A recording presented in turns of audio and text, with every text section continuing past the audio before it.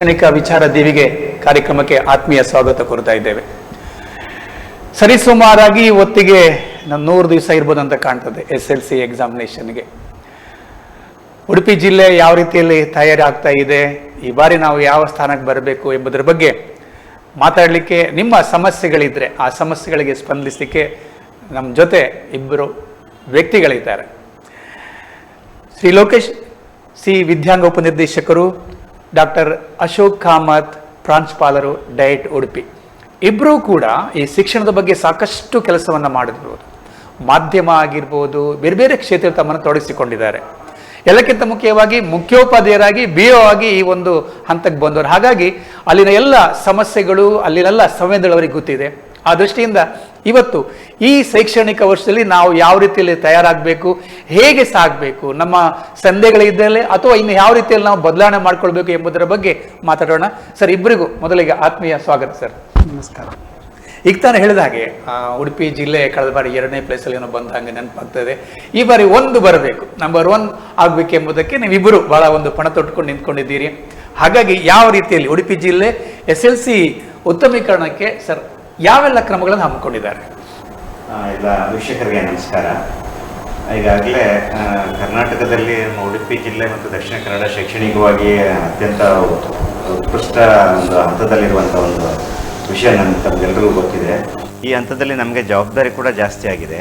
ಆ ನೆಲೆಯಲ್ಲಿ ಕಳೆದ ಶೈಕ್ಷಣಿಕ ವರ್ಷದಲ್ಲಿ ನಾವು 1ನೇ ಸ್ಥಾನವನ್ನು ತಪ್ಪಿಸ್ಕೊಂಡಿದ್ದೇವೆ. ಸೊ ಹಾಗಾಗಿ ಅದು ದಕ್ಷಿಣ ಕನ್ನಡ ಜಿಲ್ಲೆಯ ಪಾಲಾಗಿದೆ. ಈ ಶೈಕ್ಷಣಿಕ ವರ್ಷದಲ್ಲಿ ನಾವು ಆ ಒಂದು ಮೊದಲ ಸ್ಥಾನವನ್ನು ನಾವು ಪಡ್ಕೋಬೇಕನ್ನುವಂಥದ್ದು ನಮ್ಮೆಲ್ಲರ ಒಂದು ಗುರಿಯಾಗಿದೆ.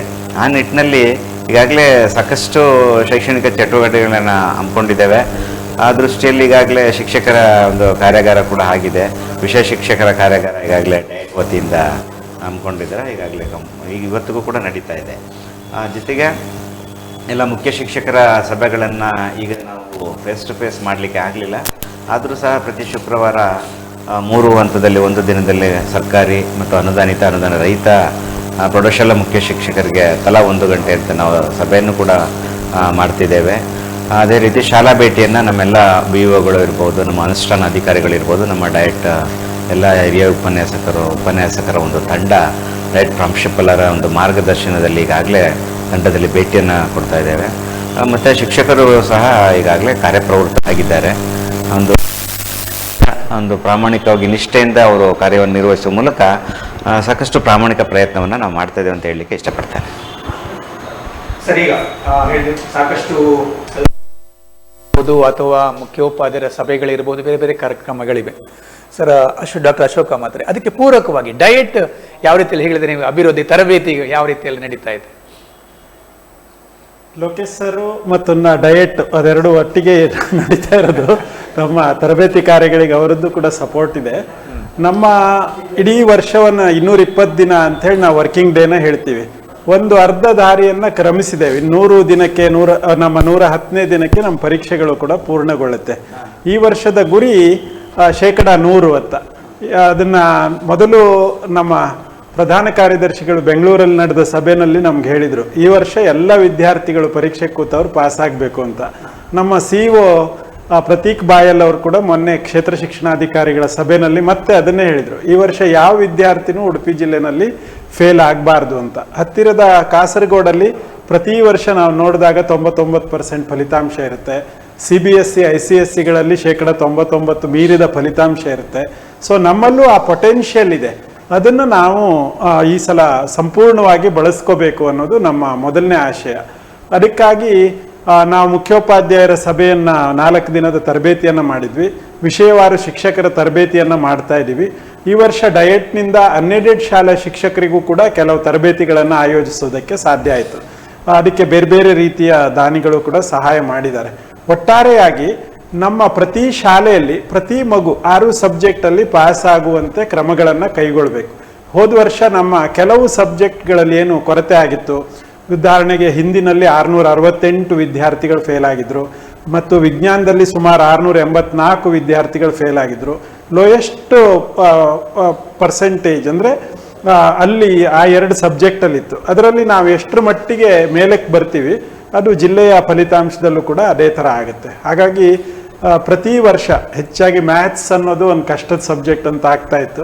ಇತ್ತೀಚಿನ ದಿನಗಳಲ್ಲಿ ಸೈನ್ಸು, ಸೋಷಿಯಲ್ ಸೈನ್ಸಿಗೆ ಕೂಡ ಅದೇ ಥರದ ಒಂದು ತೊಂದರೆಗಳು ಆಗಾಗ ಬರುತ್ತೆ. ನಮ್ಮ ಸಬ್ಜೆಕ್ಟ್ ಟೀಚರ್ಗಳು ಅತಿ ವಿಶ್ವಾಸದಿಂದ ಇರಬಾರ್ದು, ಆದರೆ ವಿದ್ಯಾರ್ಥಿಗಳಲ್ಲಿ ಆತ್ಮವಿಶ್ವಾಸವನ್ನು ತುಂಬಬೇಕು ಅನ್ನೋದಕ್ಕಾಗಿ ಸಾಕಷ್ಟು ಉತ್ತಮವಾಗಿ ಅವರಲ್ಲಿ ಒಂದು ಪಾಸಿಟಿವ್ ಆಗಿ ಕೆಲಸ ಮಾಡೋದಕ್ಕೆ ಪೂರಕವಾಗಿ ಡಯಟ್ ಸ್ಪಂದಿಸ್ತಾ ಬಂದಿದೆ. ಈ ವರ್ಷ ನಾವು 106 ಸರ್ಕಾರಿ ಶಾಲೆಗಳನ್ನು ನಮ್ಮ ಜಿಲ್ಲೆಯ ಮತ್ತು ತಾಲೂಕಿನ ಅಧಿಕಾರಿಗಳಿಗೆ ಹಂಚಿಕೊಟ್ಟಿದ್ವಿ. 10 ಶಾಲೆ ಸುಮಾರಾಗಿ ಒಬ್ಬೊಬ್ಬರಿಗೆ ಬರ್ತಾ ಇತ್ತು. ಆ ಶಾಲೆಗಳಿಗೆ ಭೇಟಿ ನೀಡಿ ಅಲ್ಲಿಯ ಶಿಕ್ಷಕರೊಂದಿಗೆ ಮಾತನಾಡಿ ಅವ್ರು ಏನು ತಯಾರಿ ಮಾಡಿದ್ದಾರೆ ಅಂತ ಒಂದು. ಎರಡನೇದು ಕ್ಷೇತ್ರ ಶಿಕ್ಷಣಾಧಿಕಾರಿಗಳ ಸಭೆ, ಅದು ತುಂಬ ಮಹತ್ವದ್ದು. ನಮ್ಮಲ್ಲಿ 5 ತಾಲೂಕಲ್ಲಿ ಒಂದು ರೀತಿ ಪೈಪೋಟಿ ಇದೆ, ನಾವು ಫಸ್ಟ್ ಬರಬೇಕು ಅಂತೇಳಿ. ಹೋದ ವರ್ಷ ಕಾರ್ಕಳ ಫಸ್ಟ್, ಕುಂದಾಪುರ ಸೆಕೆಂಡ್ ಅಂತಿತ್ತು. ಅದರಲ್ಲಿ 92, 91.9 ಇಷ್ಟು ಹತ್ತಿರದ ಪೈಪೋಟಿ ಇರುತ್ತೆ. ಹಾಗಾಗಿ ಅಲ್ಲಿ ಕೂಡ ಪರಸ್ಪರರಲ್ಲಿ ಒಂದು ಪೈಪೋಟಿ. ಈ ವರ್ಷ ನಮಗೇನು ವಿಶೇಷ ಅಂದರೆ 5 ವಲಯದಲ್ಲಿ SSLC ನೋಡಲ್ ಅಧಿಕಾರಿಗಳು ಕೂಡ ತುಂಬ ಚೆನ್ನಾಗಿ ಕೆಲಸ ಮಾಡ್ತಾ ಇದ್ದಾರೆ. ಹಾಗಾಗಿ ಒಂದು ಧನಾತ್ಮಕ ವಾತಾವರಣ ಇದೆ. ಅಂದರೆ ಈ ವರ್ಷ ಉಡುಪಿ ಫಸ್ಟ್ ಬರುತ್ತೆ ಅನ್ನೋದ್ರ ಬಗ್ಗೆ ಸಂದೇಹ ಇಲ್ಲ. ಆದರೆ ಆ 100ರ ಸಂಕಲ್ಪ ಇದೆಯಲ್ಲ, ಅದನ್ನು ತಲುಪುವುದು ನಾವು ತುಂಬ ವಿಶೇಷ ಪ್ರಯತ್ನವನ್ನು ಮಾಡಬೇಕಾಗಿದೆ. ಈ ವರ್ಷ ಒಂದು ಬದಲಾವಣೆ, ಅಂಕದಲ್ಲಿ ಬದಲಾವಣೆ ಮಾಡಲಾಗಿದೆ 33 ಅಂತ ಹೇಳಿ. ಕೆಲವು ಸ್ವಲ್ಪ ಗೊಂದಲ ಇದೆ, ಇವತ್ತು ಕೂಡ ಕೆಲವು ಮುಗಿಸೋದು ಹ್ಯಾಂಗೆ ಏನು ಅಂತ ಕೇಳ್ತಾ ಇದೆ. ಈ ರೀತಿಯ ಬದಲಾವಣೆಯಿಂದ ಏನು ಬದಲಾವಣೆ ಆಗಿದೆ ಮತ್ತು ಇದು ಕಲಿಕೆ ಹಿಂದುಳಿದ ಮಕ್ಕಳಿಗೆ ಏನು ಪ್ರಯೋಜನ ಆಗುತ್ತೆ, ಹೇಗೆ ಪ್ರಯೋಜನ ಆಗುತ್ತೆ? ಈಗಾಗಲೇ ಇಲಾಖೆಯನ್ನು ನಿರ್ಧರಿಸಿದೆ. ಅದೇ ರೀತಿ 33 ಅಂಕಗಳನ್ನು ಉತ್ತೀರ್ಣ ಅಂಕಗಳಂತೇಳಿ ಈಗಾಗಲೇ ಪರಿಗಣಿಸಿರೋದ್ರಿಂದ ಸಹಜವಾಗಿ ಕಲಿಕೆಯಲ್ಲಿ ಹಿಂದುಳಿದ ಮಕ್ಕಳಿಗೆ ತುಂಬ ಅನುಕೂಲಕರ ಆಗ್ತದೆ ಇದು. ಯಾಕೆ ಅಂತ ಹೇಳಿದ್ರೆ ಅವರು ಸ್ವಲ್ಪ ಕಷ್ಟಪಡ್ತಿದ್ರು ಪಾಸ್ ಆಗಲಿಕ್ಕೆ, ಆದರೆ ಈಗ ಅವ್ರಿಗೆ ಅದು ಪೂರಕವಾಗಿದೆ, ಅವರ ಒಂದು ಉತ್ತೀರ್ಣತೆಗೆ ಪೂರಕವಾದಂಥ ಒಂದು ಅಂಶ ಆಗಿದೆ. ಶಿಕ್ಷಕರು ಸಹ ಸಾಕಷ್ಟು ಪ್ರಯತ್ನವನ್ನು ಮಾಡ್ತಿದ್ರು ಈ ಮಕ್ಕಳ ಒಂದು ಉತ್ತೀರ್ಣತೆಗೋಸ್ಕರ. ಹಾಗಾಗಿ ಇದು ಒಂದು ರೀತಿಯಲ್ಲಿ ಅವರಿಗೆ ಪ್ಲಸ್ ಪಾಯಿಂಟ್ ಆಗಿದೆ. ಆದರೆ ನಮ್ಮ ಉದ್ದೇಶ ಅದು ಸಹಜವಾಗಿ ಇರುವಂಥದ್ದೇ.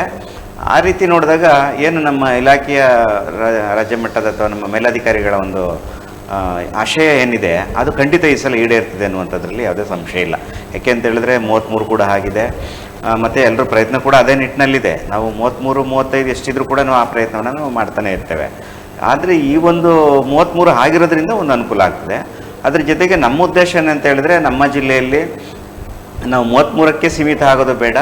ಆ ಏನು ಅನುತ್ತೀರ್ಣ ಆಗುವಂಥ ಒಂದು ಹಂತದಲ್ಲಿದ್ದಂಥ ವಿದ್ಯಾರ್ಥಿಗಳು ಅವರನ್ನು ಕೂಡ 33ರಿಂದ ನಾವು 43, 53, 63 ಹೀಗೆ ಒಂದು ಹಂತವಾಗಿ ಅವರನ್ನು ಮೇಲೆ ತರಬೇಕು ಅನ್ನುವಂಥದ್ದು ನಮ್ಮೆಲ್ಲರ ಉದ್ದೇಶ ಆಗಿದೆ. ನಾವು ಅವರನ್ನು ಅಲ್ಲಿಗೆ ಕೂಡ ಸೀಮಿತ ಮಾಡಬಾರ್ದು ಅನ್ನುವಂಥದ್ದು ನಮ್ಮ ಒಂದು ಉದ್ದೇಶ. ಯಾಕೆಂತ ಹೇಳಿದ್ರೆ ಆ ಮಕ್ಕಳ ಮನಸ್ಸಲ್ಲಿ ನಾವು 33 ನೀವು ಅಂಕಗಳು ಪಡೆದ್ರೆ ಪಾಸ್ ಆಗ್ತೀರಾ ಅಂತ ಹೇಳಿದಾಗ ಏನಾಗ್ತದೆ, ಅವರು ಅಲ್ಲಿಗೇ ಸ್ಟಿಕನ್ ಆಗಿಬಿಡ್ತಾರೆ. ಸೊ ಅದು ಆಗಬಾರ್ದು. ನಮಗಿಲ್ಲಿ ಕ್ವಾಲಿಟಿ ಓರಿಯೆಂಟೆಡ್ ಆಗಬೇಕು, ಗುಣಮಟ್ಟದ ಶಿಕ್ಷಣ ಕೊಡಬೇಕು. ಯಾಕೆ ಅಂತ ಹೇಳಿದ್ರೆ ಕಳೆದ ವರ್ಷ ಉಡುಪಿ ಜಿಲ್ಲೆ ಕರ್ನಾಟಕದ ಎಲ್ಲ ಜಿಲ್ಲೆಗಳಲ್ಲಿ ಮುಂಚೂಣಿಯಲ್ಲಿ ಏನು ಎ ಗ್ರೇಡ್ ಅಂತ ಏನು ಜಿಲ್ಲೆಗಳನ್ನು ವಿಂಗಡಿಸಿದ್ದಾರೆ, ಎ ಗ್ರೇಡ್ ಬಂದಿರುವಂಥದ್ದು ಕರ್ನಾಟಕದಲ್ಲಿ 5 ಜಿಲ್ಲೆಗಳು ಮಾತ್ರ. ಆ 5 ಜಿಲ್ಲೆಯಲ್ಲಿ ಕೂಡ ಮೊದಲ ಸ್ಥಾನದಲ್ಲಿರುವಂಥದ್ದು ಗುಣಾತ್ಮಕ ಒಂದು ಫಲಿತಾಂಶದಲ್ಲಿ ಉಡುಪಿ ಜಿಲ್ಲೆ.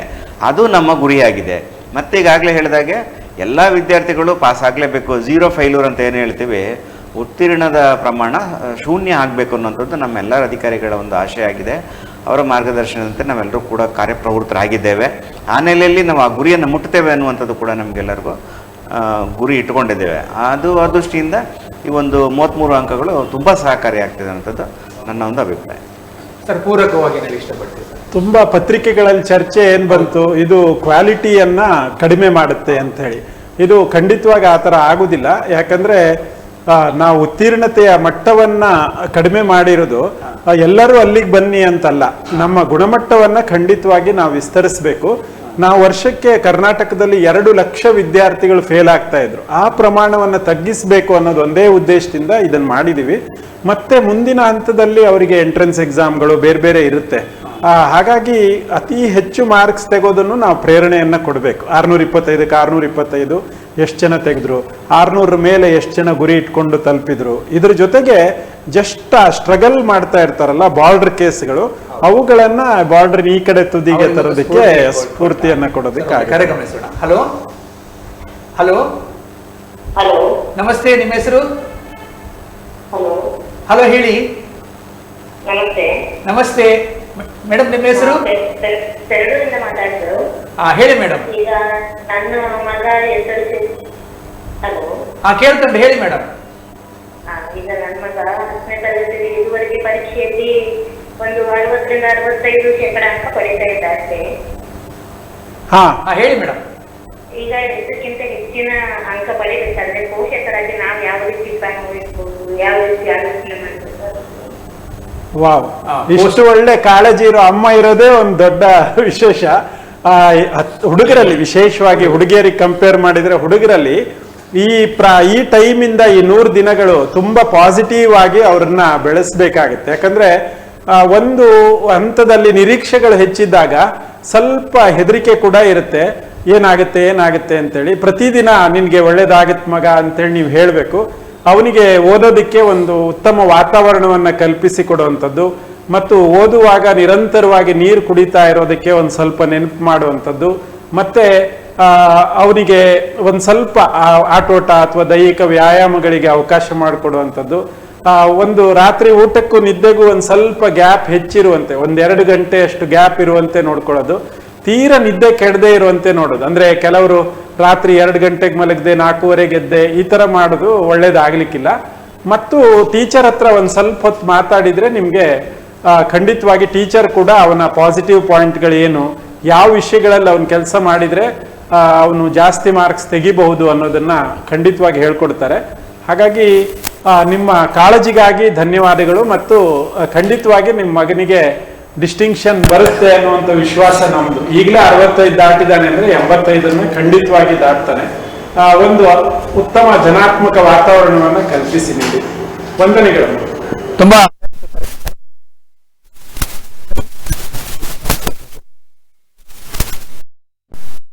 ಇದರ ಮೌಲ್ಯ ಏನು ಕಡಿಮೆ ಆಗುತ್ತೆ ಅಂತ ಹೇಳಿ 30 ಮಾರ್ಕ್ ಕೊಟ್ಟಾಗ ಮಕ್ಕಳೆಲ್ಲ ಹೆಸರು ಹೇಳಿದಾಗೆ ಅಲ್ಲೇ ಸ್ಟಿಕ್ ಆಗಿಬಿಡ್ತಾರೆ. ಈ ಗುಣಮಟ್ಟ ಎಲ್ಲೋ ಒಂದು ರೀತಿಯಲ್ಲಿ ಕಡಿಮೆ ಆಗುತ್ತೆ ಅಂತ ಒಂದು ಆತಂಕ. ಇನ್ನೊಂದು, ಈಗ 4 ಪ್ರಶ್ನೆ ಪತ್ರಿಕೆ ಬಿಟ್ಟಿದ್ದಾರೆ. ಪ್ರಶ್ನೆ ಕೋಟಿಗಳು ಅಂತ ಒಂದು ಕಡೆ ಇದೆ. ಈಗ ಮಗುವಿನಲ್ಲಿ ಅಂದ್ರೆ ನಾವಾದಿಯಾಗಿ ಯಾವುದನ್ನ ಈಗ ಪಕ್ಕ ಈ 3 ಕ್ವಶನ್ 4 ಪ್ರಶ್ನೆ ಪತ್ರಿಕೆಯ ಆಧಾರದ ಮೇಲೆ ಅಥವಾ ಪ್ರಶ್ನೆ ಕೋಟಿ ಆಧಾರದ ಮೇಲೆ ಹೇಗೆ ಗಮನಿಸಿಕೊಳ್ಬೇಕು ಮಕ್ಕಳು? ಈ ವರ್ಷ ವಿದ್ಯಾರ್ಥಿಗಳಿಗೆ ತುಂಬಾ ಕಾಳಜಿಯಿಂದ ನಮ್ಮ ಪ್ರಧಾನ ಕಾರ್ಯದರ್ಶಿಗಳು ಮತ್ತು SSLC ಬೋರ್ಡ್ ಅವರು ವಿಶೇಷ ಕಾಳಜಿಯನ್ನು ವಹಿಸಿ ಸ್ಟೂಡೆಂಟ್ ಕಾರ್ನರ್ ಅಂತಾನೆ ಬೋರ್ಡಿನ ವೆಬ್ಸೈಟ್ ಅಲ್ಲಿ ಮಾಡಿದ್ದಾರೆ. ಅದರಲ್ಲಿ LBA ಪ್ರಶ್ನೆಗಳಿದೆ, ಸುಮಾರು 8800 ಪ್ರಶ್ನೆಗಳು ಅವರಿಗೆ ಉತ್ತರ ಸಮೇತ ಲಭ್ಯ ಇದೆ, ಮತ್ತು 4 ಮಾಡೆಲ್ ಕ್ವಶನ್ ಪೇಪರ್ ಕೂಡ ಇದೆ. ಒಂದು ಕರೆ ಗಮನಿಸೋಣ. ಓಕೆ. ಹಲೋ, ನಮಸ್ತೆ. ಹಲೋ, ನಮಸ್ತೆ. ನಿಮ್ಮ ಹೆಸರು? ಹೇಳಿ ಕೇಳಿ ಸರ್. ಸರ್ ಮಾತಾಡಿ ಸರ್. ನಮಸ್ತೆ, ದಯವಿಟ್ಟು ಪ್ರಶ್ನೆ ಕೇಳಿ. ನಮಸ್ಕಾರ. ನಮಸ್ತೆ ಸರ್. ನಾವು ಉಡುಪಿ ಹೌದು ಸರ್, ಹೌದು.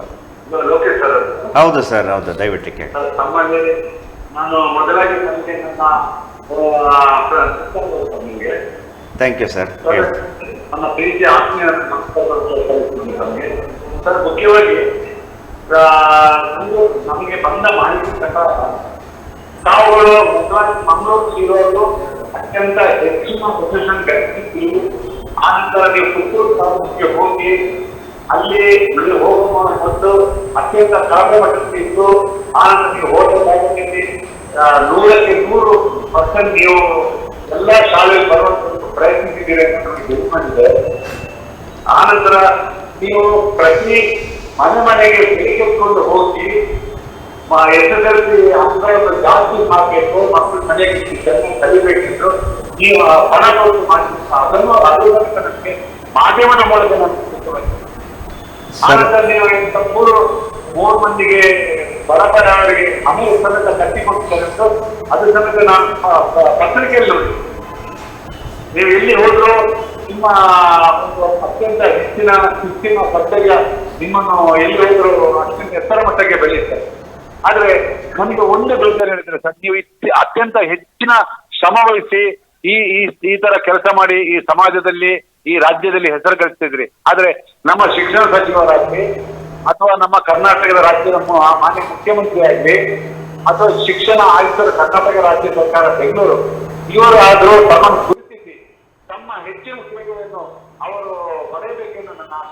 ಸರ್ ದಯವಿಟ್ಟು ಸರ್ ನಮಸ್ಕಾರ. ಮೊದಲನೇದಾಗಿ ನಮ್ಮ ಕರ್ತವ್ಯನಿಷ್ಠ ನೀವು ಗೌರವಿಸಿದಿರಿ, ಗುರುತಿಸಿದಿರಿ, ಅದಕ್ಕೆ ನಾನು ಆಭಾರಿಯಾಗಿದ್ದೇನೆ. ಸರ್, ನಮ್ಮ ಉದ್ದೇಶನೇ, ನಮ್ಮ ಗುರಿಯೇ ಕೂಡ ಅದಾಗಿರೋದ್ರಿಂದ ನಾವು ಇಲಾಖೆಯಲ್ಲಿ ಇದ್ದೇವೆ ಅಂತ ಹೇಳಿದಾಗ ನಾವು ನಿಷ್ಠೆಯಿಂದ ಬದ್ಧತೆಯಿಂದ ದುಡಿಬೇಕು. ನಾವಿರೋದು ಮಕ್ಕಳಿಗೋಸ್ಕರ, ಮಕ್ಕಳಿಂದ ಶಾಲೆಯಿಂದ ಶಿಕ್ಷಕರಿದ್ರೆ ನಾವು ಇಲಾಖೆ. ಸೊ ಇದು ನಮ್ಮ ಒಂದು ಧ್ಯೇಯ ಆಗಿದೆ. ಆ ಮಕ್ಕಳಿಗೋಸ್ಕರ ನಾವು ನ್ಯಾಯವನ್ನು ಒದಗಿಸ್ಕೊಡ್ಬೇಕು ಅನ್ನುವಂಥದ್ದು. ಸೊ ಅದೇ ರೀತಿ ಈಗಾಗಲೇ ನಾವು ಶೈಕ್ಷಣಿಕವಾಗಿ ಮುಂಚೂಣಿಯಲ್ಲಿರುವಂಥ ಒಂದು 2 ಜಿಲ್ಲೆಗಳು ಅಂತ ಹೇಳಿದ್ರೆ 2 ಜಿಲ್ಲೆಗಳು ಕೂಡ ಈಗ ನಮಗೆ ಕೂಡ ತುಂಬ ಆತಂಕ ಅಥವಾ ನಮಗೂ ಕೂಡ ಜವಾಬ್ದಾರಿ ಜಾಸ್ತಿ ಆಗಿದೆ. ಯಾಕೆಂತ ಹೇಳಿದ್ರೆ ಅತ್ಯಂತ ಉನ್ನತ ಸ್ಥಾನದಲ್ಲಿರುವಂಥ ಶೈಕ್ಷಣಿಕ ಸಾಧನೆಯಲ್ಲಿರುವಂಥ ಜಿಲ್ಲೆಯಲ್ಲಿ ನಾವು ಕೆಲಸ ಮಾಡುವಾಗ ಅತ್ಯಂತ ಜಾಗೃತರಾಗಿರಬೇಕು. ನಮ್ಮ ಸ್ಥಾನಮಾನವನ್ನು ಅಂದರೆ ನಮ್ಮ ಏನು ಶೈಕ್ಷಣಿಕವಾಗಿ ಸಾಧನೆ ಮಾಡಿದ್ದೇವೆ ಅದನ್ನು ಉಳಿಸ್ಕೊಳ್ಬೇಕು ಅನ್ನುವಂಥದ್ದು ನಮಗೂ ಕೂಡ ತುಂಬ ಜವಾಬ್ದಾರಿ ಇದೆ.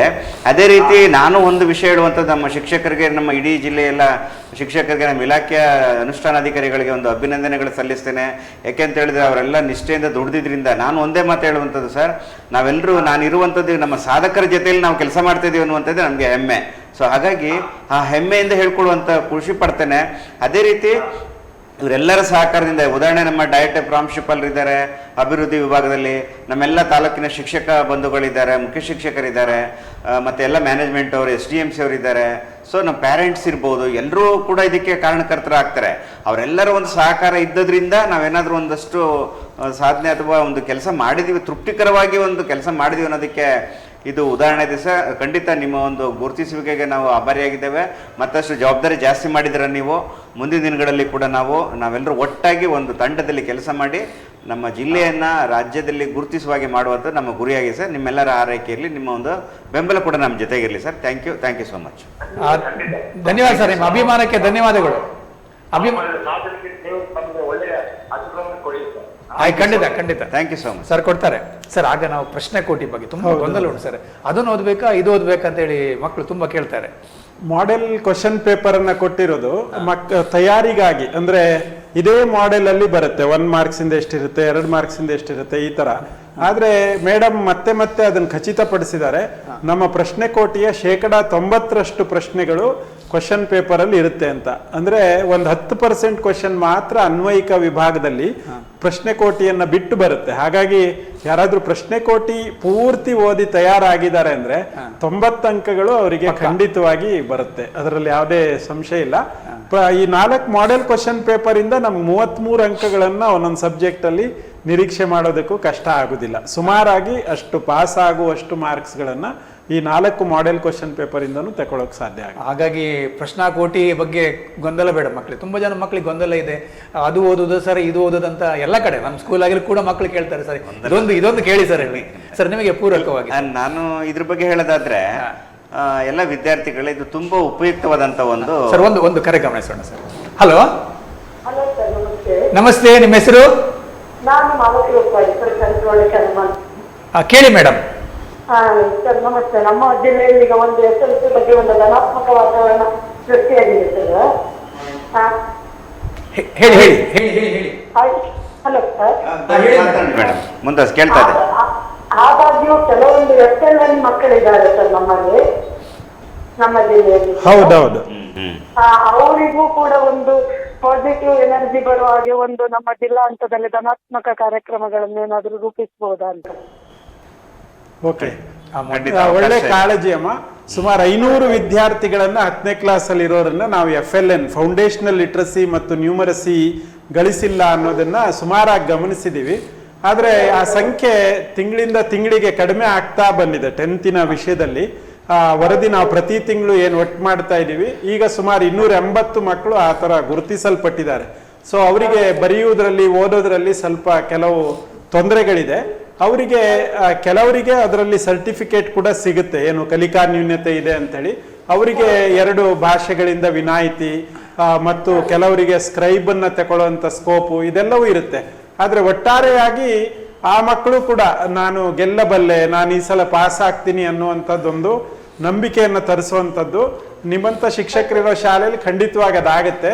ಆ ಬಗ್ಗೆ ಖಂಡಿತವಾಗಿ ತಾಲೂಕು ಹಂತದಿಂದನೂ ನಿಮಗೆ ಕೆಲವು ಸಲಹೆ ಮಾರ್ಗದರ್ಶನಗಳು ಸಿಗುತ್ತೆ. ಬಟ್ ಆ ಬದ್ಧತೆ, ನಾವು ಆ ಮಕ್ಕಳನ್ನು ಪಾಸ್ ಮಾಡ್ತೀವಿ ಅನ್ನುವಂಥ ವಿಶ್ವಾಸ ನೀವು ಇಟ್ಕೊಂಡ್ರೆ ಆ ಸಾಧನೆ ಮಾಡೋಕ್ಕಾಗತ್ತೆ ಮೇಡಮ್. Thank you. ಧನ್ಯವಾದ. ಒಂದು ಇದಕ್ಕೆ ಪೂರಕವಾಗಿ ಸರ್, ಅಂದ್ರೆ ಎಲ್ಲಾ ಸರಿಯಾಗಿದ್ದು ಕೂಡ ಸ್ವಲ್ಪ ಕಲಿಕೆಯಲ್ಲಿ ಹಿಂದುಳಿದ ಮಕ್ಕಳು ಕೆಲವರು ಇದ್ದಾರೆ. ಅವರಿಗೆ ಒಂದು ನಾವು ಡೈಲಿ ಕೊಡೋದಕ್ಕಿಂತ ಒಂದು ಎಲ್ಲ ಮಕ್ಕಳು ಮಿಕ್ಸಪ್ ಆಗಿ ಒಂದು ಅವಕಾಶಗಳು ಸಿಕ್ಕಿದ್ರೆ ಇನ್ನೊಂದು ಸ್ವಲ್ಪ ಪಾಸಿಟಿವ್ ಎನರ್ಜಿ ಬರ್ಬೋದು ಏನೋ ಅಂತ. ಅದು ಮುಖ್ಯವಾಗಿ ನಮ್ಮ ನಗರ ಪ್ರದೇಶದ ಮಕ್ಕಳಿಗೆ. ನೀವು ಹೇಳಿದ್ದು ತುಂಬಾ ಕಾಳಜಿ, ಒಳ್ಳೆ ವಿಷಯ ಹೇಳಿದ್ದೀರಾ. ಇದಕ್ಕೆ ಈಗಾಗಲೇ ನಾವು ಒಂದು ಹಂತದಲ್ಲಿ ಆಲೋಚನೆ ಮಾಡಿದ್ದೇವೆ ಮೇಡಮ್. ಏನಂತ ಹೇಳಿದ್ರೆ, ಈಗ ನಮ್ಮ ಇಲಾಖೆ ಒಂದು ಆದೇಶ ಇರೋದ್ರಿಂದ ನಾವು ಫೇಸ್ ಟು ಫೇಸ್ ಏನು ಮಕ್ಕಳನ್ನ ಅಥವಾ ಶಿಕ್ಷಕರನ್ನ ನಾವು ಸಭೆಗೆ ಕರೀಲಿಕ್ಕೆ ಆಗ್ತಾ ಇಲ್ಲ. ಆದ್ರೂ ಕೂಡ ಈ ನೀವು ಹೇಳಿದ್ದು ತುಂಬಾ ಒಂದು ಇಂಪಾರ್ಟೆಂಟ್. ಈ ಮಕ್ಕಳಿಗೋಸ್ಕರ ನಾವು ಅನಿವಾರ್ಯವಾಗಿ ಮಾಡಲೇಬೇಕಾಗ್ತದೆ. ಫೇಸ್ ಟು ಫೇಸ್ ನಾವು ಅವ್ರಿಗೊಂದು ತರಬೇತಿ ಕಾರ್ಯಕ್ರಮವನ್ನ ಅಥವಾ ಮಕ್ಕಳನ್ನ ಒಂದು ಕೋಚಿಂಗ್ ಕೊಡ್ಲಿಲ್ಲ ಅಂತ ಹೇಳಿದ್ರೆ ಆ ಮಕ್ಕಳು ಸ್ವಲ್ಪ ಫಲಿತಾಂಶವನ್ನು ಉತ್ತಮಪಡಿಸಿಕೊಳ್ಳೋದ್ರಲ್ಲಿ ಕಷ್ಟ ಆಗ್ತದೆ. ಆ ಉದ್ದೇಶಕ್ಕೆ ನಾವು ಒಂದು ಪ್ಲಾನ್ ಮಾಡಿದ್ದೇವೆ. ನಾವು ಪೇರೆಂಟ್ಸ್ ಇಂದ ಒಂದು ಅಂಡರ್ಟೇಕಿಂಗ್ ತಗೊಂಡು, ನಮ್ಮೆಲ್ಲ ಶಿಕ್ಷಕರ ಒಂದು ಒಪ್ಪಿಗೆ ತಗೊಂಡು, ಅದೇ ರೀತಿ ನಮ್ಮ ಕಮಿಟಿ ಅವರು ಏನಿದ್ದಾರೆ ಎಲ್ಲರೂ ಒಟ್ಟಾಗಿ ನಾವೆಲ್ಲರೂ ಕೂಡ, ನಾವು ಇಲಾಖೆಯವರು ನಾವು ನಿಮ್ಮ ಜೊತೆಗಿದ್ದೇವೆ ಯಾವಾಗ್ಲೂ. ನಾವೆಲ್ಲರೂ ಒಟ್ಟಾಗಿ ಆ ಒಂದು ಸಿದ್ಧತೆಯನ್ನು ಮಾಡಿಕೊಂಡು ಕನಿಷ್ಠ ಎಲ್ಲಿವರೆಗೆ ಅಂತ ಹೇಳಿದ್ರೆ ನಾವು ಭಾನುವಾರ ಆದ್ರೂ ಪರವಾಗಿಲ್ಲ, ಅವ್ರು ಒಪ್ಪಿದಲ್ಲಿ ಅಂಡರ್ಟೇಕಿಂಗ್ ತಗೊಂಡು ನಾವೆಲ್ಲರೂ ಕೂಡ, ನೀವಂತೂ ಯಾವಾಗ್ಲೂ ಅದಕ್ಕೋಸ್ಕರ ಯಾವಾಗ್ಲೂ ಸಿದ್ಧತೆಯಲ್ಲಿ ಇರ್ತೀರಾ.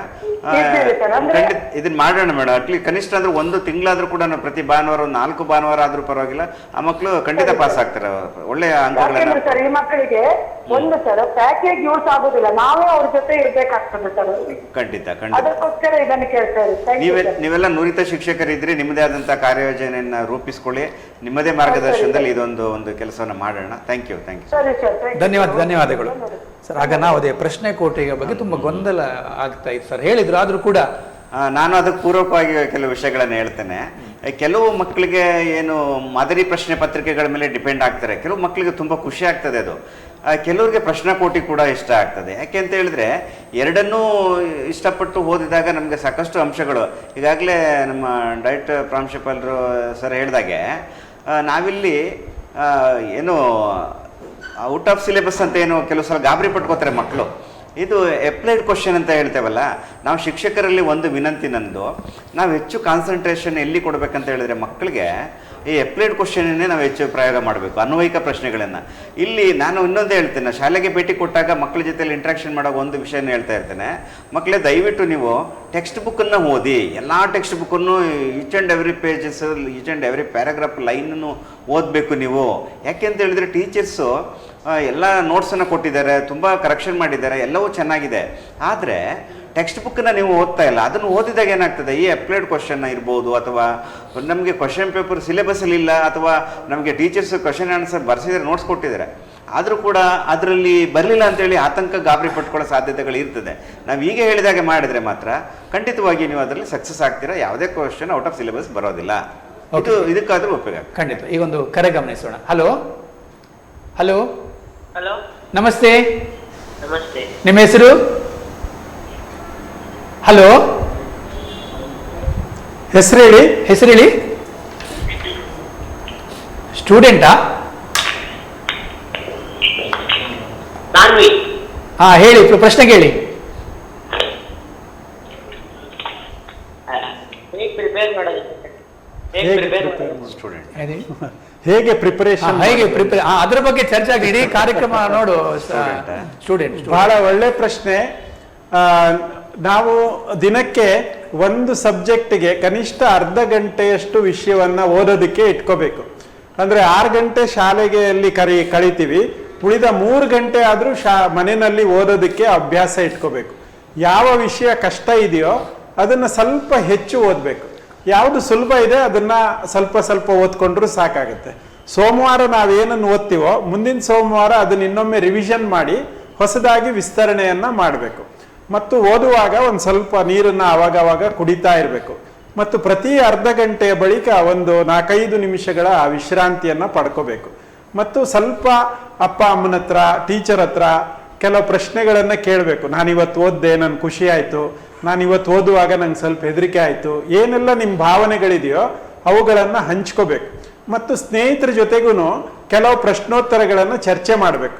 ನನ್ಗೆ ಈ ಪ್ರಶ್ನೆ ಉತ್ತರ ಗೊತ್ತಾಯ್ತು, ಇದು ನೆನ್ಪಿಟ್ಕೊಳಕ್ ನಾನು ಈ ತರ ಮಾಡಿದ್ದೀನಿ, ನೀನೇನ್ ಮಾಡ್ತೀಯಾ ಅಂತ ಹೇಳಿ ಕೇಳಿದಾಗ ನಿಮ್ಮ ಒಟ್ಟು ಚಿಂತನೆ ಇದೆಯಲ್ಲ ಅದು ಸೇರಿ ಒಳ್ಳೆ ಮಾರ್ಕ್ಸ್ ತಗೊಳ್ಳೋದಕ್ಕೆ ಸಹಾಯ ಮಾಡುತ್ತೆ. ಧನ್ಯವಾದಗಳು ಕರೆ ಮಾಡಿದ್ದಕ್ಕೆ. Thank you. Hello hello. ಮತ್ತೊಂದು ಪ್ರಶ್ನೆ ಇದೆ. ಮತ್ತೊಂದು ಪ್ರಶ್ನೆ ಉಂಟಾ? ಹಾ, ಹಾ, ಕೇಳಪ್ಪ.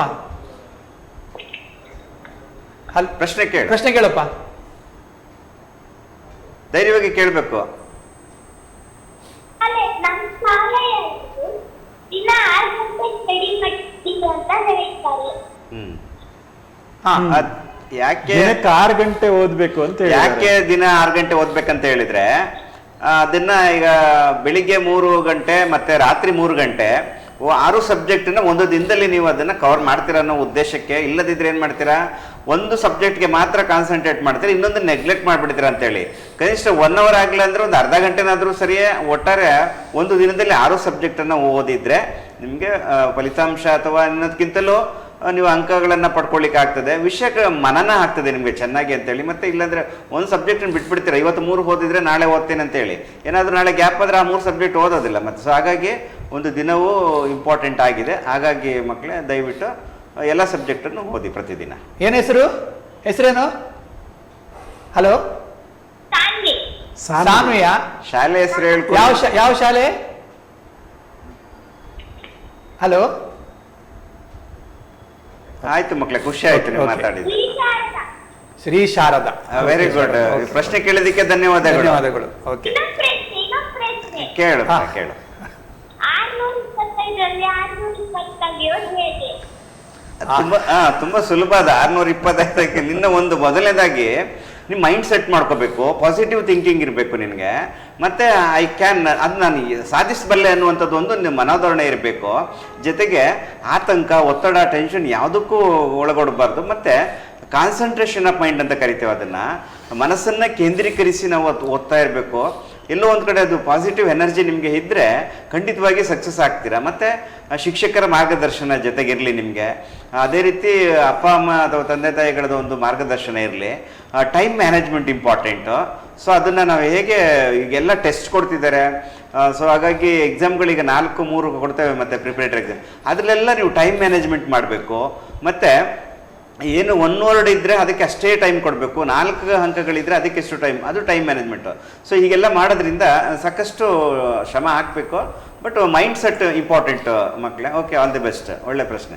ಥ್ಯಾಂಕ್ ಯು ಕರೆ ಮಾಡಿದ್ದಕ್ಕೆ. ಖಂಡಿತವಾಗಿ ಈ ಪ್ರತಿ ಮಂಗಳವಾರ ನಾವು ಬರ್ತೀವಿ. ಇಬ್ರು ಸರ್ಗಳು ಈ ಒಂದು ಕಾರ್ಯಕ್ರಮನ ಆಯೋಜನೆ ಮಾಡಿದ್ದಾರೆ. ನಿಮ್ಮ ಸಮಸ್ಯೆಗಳು ಇರ್ಬೋದು. ಹಲೋ, ಇನ್ನೊಂದು ಪ್ರಶ್ನೆ. ಬೇಕು ಕೇಳಮ್ಮ. ಎಲ್ಲ ಸಬ್ಜೆಕ್ಟಲ್ಲೂ ಪ್ರೊಫೆಷನ್ ಮಾಡ್ಕೊಳ್ಳಬೇಕು. ಏನ್ ಹೇಳಿ? ಎಲ್ಲ ಪ್ರಶ್ನೆಗಳಿಗೆ ಏನ್ ಕೇಳಿ ಕೇಳಿ ಪ್ರಶ್ನೆ ಕೇಳಿ ಇನ್ನೊಮ್ಮೆ ಕೇಳು. ಎಲ್ಲ ಸಬ್ಜೆಕ್ಟಲ್ಲೂ ಹಾಂ, ಪರ್ಫೆಕ್ಷನ್ ಮಾಡ್ಕೊಳ್ಳೋದು ಹೇಗೆ? ಪರ್ಫೆಕ್ಷನ್. ಇಂಗ್ಲಿಷ್ ಗ್ರಾಮರ್ ಅಲ್ಲಿ ಸಣ್ಣ ಮಾರ್ಕ್ ತೆಗಿತಾರೆ. ಈಗ ಸರ್ ಹೇಳ್ತಾರೆ. ಮತ್ತೆ ಇಡೀ ನಮ್ಮ ಸಂಚಿಕೆ ಪ್ರತಿ ಮಂಗಳವಾರ ನಾವು ಬರ್ತೀವಿ. ಬೇರೆ ಬೇರೆ ವಿಷಯಗಳಲ್ಲಿ ಬೇರೆ ಬೇರೆ ಯಾವ ರೀತಿಯಲ್ಲಿ ಈಗ ಅದು ವ್ಯಾಕರಣ ಆಗಿರ್ಬೋದು, ವಿಷಯ ಆಗಿರ್ಬೋದು, ವಿಷಯವಾರು ಬರ್ತಾ ಇದ್ದೀವಿ. ಈಗ ಸರ್ ಸ್ವಲ್ಪ ನಿಮ್ಗೆ ಟಿಪ್ಸ್ ಕೊಡ್ತಾರೆ. ಸಬ್ಜೆಕ್ಟ್ ವೈಸ್ ನಾವೆಲ್ಲ ಟೀಚರ್ಸನ್ನ ಇದಕ್ಕೋಸ್ಕರ ಕರಿತಾ ಇದ್ದೇವೆ ಪ್ರತಿ ವಾರ, ಎಲ್ಲ ಸಬ್ಜೆಕ್ಟ್ ಅವರು. ಇದರಲ್ಲಿ ಅಷ್ಟು ಒಂದು ಕಾನ್ಫಿಡೆನ್ಸ್ ಇಂಪಾರ್ಟೆಂಟ್. ಸೊ ಅದು ನಾನು ಆಗಲೇಬೇಕಿದೆ, ಖಂಡಿತವಾಗಿ ನಾನು ಸ್ಕೋರ್ ಮಾಡ್ತೇನೆ ಅನ್ನುವಂಥದ್ದು ಒಂದು ನಂಬಿಕೆ ಇಟ್ಕೊಂಡು ಕೆಲಸ ಮಾಡಬೇಕಾಗ್ತದೆ. ಮುಂದಿನ ಸಂಚಿಕೆಯಲ್ಲಿ ಇದ್ರ ಬಗ್ಗೆ ತುಂಬ ಮಾರ್ಗದರ್ಶನ ಕೊಡ್ತೇನೆ. ಮತ್ತೆ ಒಂದು ಪ್ರಿಪರೇಟರಿಯಿಂದ ಇನ್ನೊಂದು ಪ್ರಿಪರೇಟರಿಗೆ ನಿಮ್ಮಲ್ಲಿ ಏಳಿಗೆಯನ್ನ ಕಾಣಬಹುದು. ಈಗ ಜನವರಿ 5ನೇ ತಾರೀಕಿಂದ ಮೊದಲನೇ ಪ್ರಿಪರೇಟರಿ ಆಗುತ್ತೆ. ಆಗ್ಲೇನೆ 100ಕ್ಕೆ 100 ತೆಗಿಬೇಕು ಅಂತ ಹೊರಟ್ರೆ 90 ಬಂದರೂ ಪರವಾಗಿಲ್ಲ. ಆ 10 ಮಾರ್ಕ್ ಎಲ್ಲಿ ಮಿಸ್ ಆಯ್ತು ಅದನ್ನು ನಾನು ಮುಂದಿನ ಸಲ ಅದೇ ತಪ್ಪನ್ನ ಮಾಡೋದಿಲ್ಲ. ಈ ತರ ಪರೀಕ್ಷೆಯಿಂದ ಪರೀಕ್ಷೆಗೆ ಕಲಿಕೆ ಆಗೋದಕ್ಕೂ ಸಾಧ್ಯ ಇದೆ. ಎಲ್ಲಿ ನಾವು ತಪ್ತೀವಲ್ಲ, ಈಗ ಮ್ಯಾಥಮೆಟಿಕ್ಸ್ ಅಲ್ಲಿ ಟೈಮ್ ಸಾಕಾಗ್ಲಿಲ್ಲ ಅಂತ ಹೇಳ್ತಾರೆ ಅಂದ್ರೆ ಮೊದಲನೇ ಪ್ರಿಪರೇಟರಿಲಿ ಆ ತಪ್ಪು ಆಗ್ಬಿಡ್ಬೇಕು. ಆವಾಗ 2ನೇ ಪ್ರಿಪರೇಟರಿಗೆ ನಿಮ್ಗೆ ಅಲ್ಲಿ ತಯಾರಿ ಮಾಡ್ಕೊಳ್ಳೋದಕ್ಕೆ ಸಾಧ್ಯ ಆಗುತ್ತೆ. ನಿಮ್ಮ ಕಾಳಜಿ ಮತ್ತು ಪ್ರೀತಿ ಬಹಳ ವಿಶೇಷವಾದದ್ದು. ಧನ್ಯವಾದಗಳು. ಇದೇ ತರ ಕಾಂಟ್ಯಾಕ್ಟ್ ಅಲ್ಲಿ ಇರಿ, ಖಂಡಿತವಾಗಿ ನಿಮ್ಗೆ ಯಶಸ್ಸು ಸಿಗುತ್ತೆ. ಎಲ್ಲ ವಿಷಯದಲ್ಲೂ ಪರ್ಫೆಕ್ಷನ್ ಅನ್ನ ಸಾಧಿಸ್ಬೋದು. All the best. Thank you. ಈಗ ಮುಖ್ಯವಾಗಿ ನಾವು ಈ ಕಲಿಕೆಯಲ್ಲಿ ಹಿಂದುಳಿದ ಪ್ಯಾಕೇಜು, ಪಾಸ್ ಪ್ಯಾಕೇಜ್ ಹೀಗೆಲ್ಲ ಇರ್ತದೆ. ಈ ಕಲಿಕೆ ಹಿಂದುಳಿದ ಮಕ್ಕಳಿಗೆ ಏನು ಇಲಾಖೆ ಯಾವುದೆಲ್ಲ ಕಾರ್ಯಕ್ರಮ ಹಮ್ಮಿಕೊಳ್ಬೇಕಂತ ಯೋಚನೆ ಮಾಡ್ತಾ ಇದೆ? ಆ ಕಲಿಕೆಯಲ್ಲಿ ಹಿಂದುಳಿದ ಮಕ್ಕಳಿಗೆ ನಾವು ಹೆಚ್ಚು ಆದ್ಯತೆ ಕೊಡಬೇಕು. ಯಾಕೆ ಅಂತ ಹೇಳಿದ್ರೆ, ಕಳೆದ ಒಂದು ಶೈಕ್ಷಣಿಕ ವರ್ಷದ ಫಲಿತಾಂಶ ನೋಡಿದಾಗ ಸುಮಾರು 1,500 ಮಕ್ಕಳು ಅದರಲ್ಲಿ ಅನುತ್ತೀರ್ಣರಾಗಿದ್ದರು. ಆನಂತರ ಪರೀಕ್ಷೆ 1ರಿಂದ 3ರವರೆಗೆ ನಾವು ಫಲಿತಾಂಶ ನೋಡಿದಾಗ ಅದರಲ್ಲಿ 50% ಪಾಸ್ ಆಗಿದ್ದಾರೆ. 750 ಮಕ್ಕಳು ಉತ್ತೀರ್ಣ ಆಗಿದ್ದಾರೆ. ಹಾಗಿದ್ರೆ ಆ ಮಕ್ಕಳು ಉತ್ತೀರ್ಣ ಆಗುವಂಥ ಒಂದು ಸಾಮರ್ಥ್ಯ ಇದೆ ಅಂತ ಆಗ್ತದೆ. ಅಷ್ಟು ಜ್ಞಾನ ಇದೆ, ಅವ್ರಿಗೆ ತಿಳುವಳಿಕೆ ಇದೆ. ಬಟ್ ಎಲ್ಲೋ ಒಂದು ಕಡೆ ಅವ್ರಿಗೆ ಮಾರ್ಗದರ್ಶನದ ಕೊರತೆನ, ನಿರಾಸಕ್ತಿಯ, ಗೈರು ಹಾಜರಿಯ, ಎಲ್ಲೋ ಒಂದು ಕಡೆ ಮನೆಯಲ್ಲಿ ಕೂಡ ಪೂರಕ ಕಲಿಕಾ ವಾತಾವರಣ ಇರಬೇಕು. ಯಾಕೆಂತ ಇಲ್ಲಿ ಕೆಲವು ನಮ್ಮ ಪೋಷಕರು ಏನು ಮಾಡಿದ್ದಾರೆ, ಇದು ಶಿಕ್ಷಕರ ಜವಾಬ್ದಾರಿ, ಅವರು ಮಾತ್ರ ಹೊಣೆಗಾರರು ಅನ್ನುವಂಥದ್ದು ಮಾಡ್ತಾರೆ. ದಯವಿಟ್ಟು ಹಾಗೆ ಮಾಡೋದು ಬೇಡ ಪೋಷಕರು. ಸೊ ಇದು ನಾವು ಆ ಮಕ್ಕಳಿಗೆ ವಿಶೇಷವಾಗಿ ಕಾಳಜಿಯನ್ನು ವಹಿಸ್ಕೊಳ್ತೇವೆ. ಅವ್ರಿಗೆ ಬೇಕಾದಂಥ ವಿಶೇಷವಾದ ಒಂದು ಪ್ಯಾಕೇಜನ್ನು ಕೂಡ ನಾವು ಪಾಸಿಂಗ್ ಪ್ಯಾಕೇಜ್ ಅಂತ ಏನು ಹೇಳಿದ್ವಿ ಅದೆಲ್ಲವನ್ನು ಮಾಡೋದ್ರ ಮೂಲಕ ಅವ್ರಿಗೂ ಕೂಡ ಮೇನ್ ಸ್ಟ್ರೀಮ್ಗೆ ಅಥವಾ ಅತಿ ಹೆಚ್ಚು ಅಂಕವನ್ನು ಉತ್ತೀರ್ಣವನ್ನು ಪಡ್ಕೊಳ್ಳಿಕ್ಕೆ ನಾವು ಅವರಿಗೆ ವಿಶೇಷವಾದ ಒಂದು ಕಾರ್ಯಾಗಾರಗಳನ್ನು ನಾವು ಆಯೋಜಿಸ್ತೇವೆ. ಖಂಡಿತವಾಗಿ ನಾವು ಎಲ್ಲ ಶಿಕ್ಷಕರನ್ನೆಲ್ಲ ತರಕ್ಕೆ ಆಗೋದಿಲ್ಲ. ಈಗ ಮುಖ್ಯ ಶಿಕ್ಷಕರ ಮೂಲಕ ನಾವು ಮಾಹಿತಿಯನ್ನು ಅದರ ಆ ಒಂದು ಸಂಪರ್ಕವನ್ನು ಕೊಂಡಿಯನ್ನು ಬೆಳೀಲಿಕ್ಕೆ ಇಲಾಖೆ ಏನು ಮಾಡ್ತಾ ಇದೆ? ಒಂದು ನಮ್ಮ DDP ಅವರು ಪ್ರತಿ ಶುಕ್ರವಾರ ಮುಖ್ಯೋಪಾಧ್ಯಾಯರ ಸಭೆಯನ್ನ ಮಾಡ್ತಾ ಇದ್ದಾರೆ. ಸರ್ಕಾರಿ 1 ಗಂಟೆ, ಅನುದಾನಿತ 1 ಗಂಟೆ, ಅನುದಾನ ರಹಿತ. ಅದಲ್ಲದೆ ಈ ವಾರದಲ್ಲಿ 5 ಬ್ಲಾಕಲ್ಲಿ ಕ್ಷೇತ್ರ ಶಿಕ್ಷಣಾಧಿಕಾರಿಗಳು 1 ಡೇ ಪೂರ್ತಿಯಾಗಿ SSLC ರಿಸಲ್ಟ್ನ ಬಗ್ಗೆನೇ ಚರ್ಚೆ ಮಾಡೋದಕ್ಕೆ ಮುಖ್ಯ ಶಿಕ್ಷಕರ ಸಭೆಯನ್ನ ಕರೆದಿದ್ದಾರೆ. ಅಲ್ಲಿ ಪ್ರತಿ ಶಾಲೆಯ ಒಂದು ಕ್ರಿಯಾ ಯೋಜನೆ, ಅಲ್ಲಿ ಕಡೆಯ ವಿದ್ಯಾರ್ಥಿ ಕೂಡ ಉತ್ತೀರ್ಣ ಆಗೋದಕ್ಕೆ ಆ ಶಾಲೆ ಹೇಗೆ ಅದನ್ನು ಸಿದ್ಧಗೊಳಿಸುತ್ತೆ, ಆ ಯೋಜನೆಯನ್ನು ಸಿದ್ಧಗೊಳಿಸುತ್ತೆ, ಮತ್ತು ಈ ಮುಂದಿನ 100 ದಿನಗಳಲ್ಲಿ ಅದನ್ನು ಹೇಗೆ ಅನುಷ್ಠಾನಗೊಳಿಸ್ತಾರೆ ಅನ್ನೋದನ್ನು. ವಿಶೇಷವಾಗಿ ಕೆಲವು ಶಿಕ್ಷಕರು ಪರೀಕ್ಷೆ ಹಿಂದಿನ ದಿನ ಗ್ಯಾಪ್ ಇದೆ, ಆ ದಿವಸ ಅಂಥ ಕಲಿಕೆಯಲ್ಲಿ ಹಿಂದುಳಿದ ಮಕ್ಕಳ ಜೊತೆಗೇನೆ ಒಂದು 5-6 ಗಂಟೆಗಳ ಕಾಲ ಕಳೀತಾರೆ. ಇಂಪಾರ್ಟೆಂಟ್ ಆದಂಥ ಕ್ವಶನ್ಸನ್ನು ಬರೆಸಿ ಅವರಿಂದ ಅಭ್ಯಾಸ ಮಾಡಿಸ್ತಾರೆ. ಮಾರನೇ ದಿನ ಆ ಮಕ್ಕಳು ತುಂಬ ಫ್ರೆಶ್ ಆಗಿ ಅಲ್ಲಿ ಪಾಲ್ಗೊಳ್ಳೋದಕ್ಕೆ ಸಾಧ್ಯವಾಗುತ್ತೆ. ಮತ್ತು ಕಡೇ ಪರೀಕ್ಷೆಯ ಹಿಂದಿನ ದಿನದ ಸಮಯ ಇದೆಯಲ್ಲ, ಅದು ತುಂಬ ವಿಶೇಷವಾದದ್ದು. ಯಾಕಂದರೆ 5 ಎಕ್ಸಾಮ್ ಮುಗ್ದಿರುತ್ತೆ, ತಲೆ ಭಾರ ಒಂಥರ ಕಳೆದೋಗಿರುತ್ತೆ, ಓದೋದಕ್ಕೆ ಮನಸ್ಸು ಒಪ್ಪೋದಿಲ್ಲ. ಆದರೆ ಅದು ಕೂಡ ಇಂಪಾರ್ಟೆಂಟ್, ಆ ದಿವಸ ಇಂಪಾರ್ಟೆಂಟು.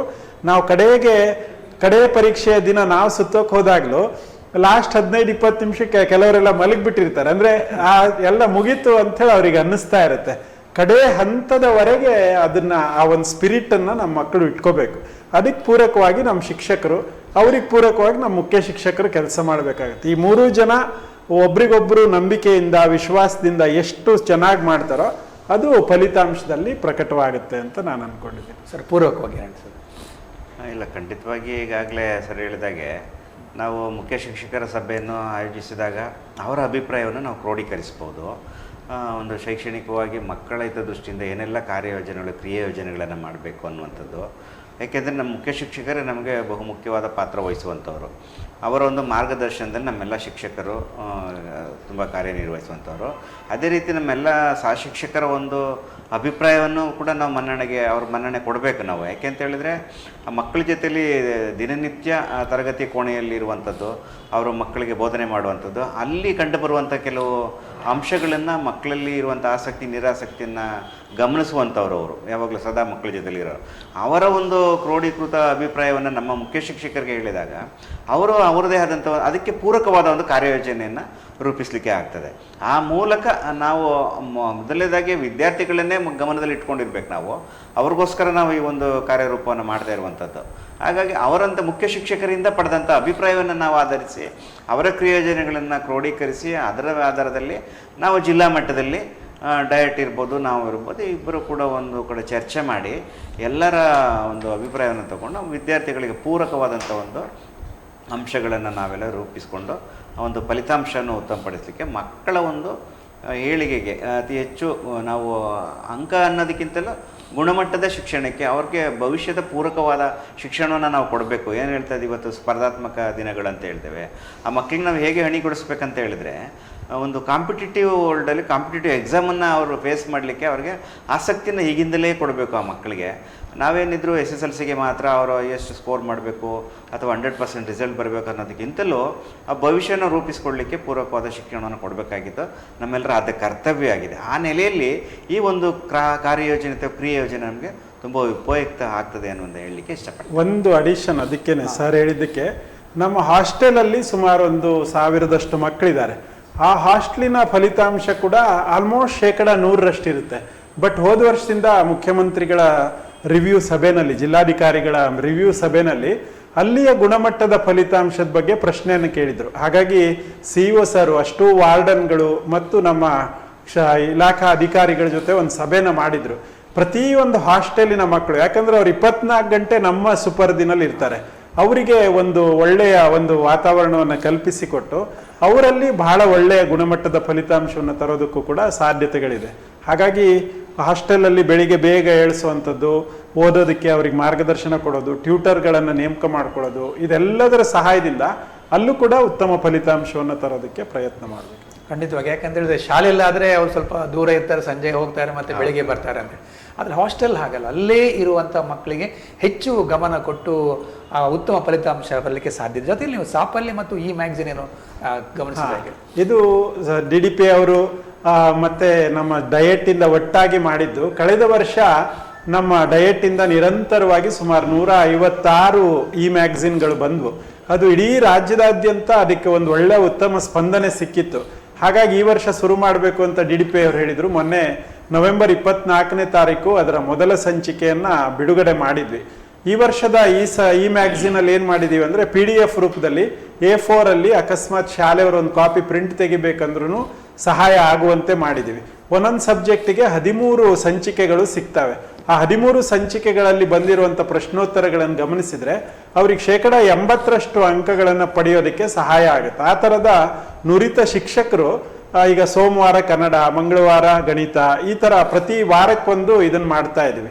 ಸಮ್ ಸ್ಪೆಷಲ್ ಲ್ಯಾಂಗ್ವೇಜಸ್ ಇದಾವೆ, ಅಂದರೆ English first language, Sanskrit first language, Kannada third language, ಅಂಥ ವಿಷಯಗಳನ್ನು ನಾವು ಭಾನುವಾರದ ದಿವಸ ಸಂಚಿಕೆನಲ್ಲಿ ಇಟ್ಕೊಂಡಿದ್ದೀವಿ.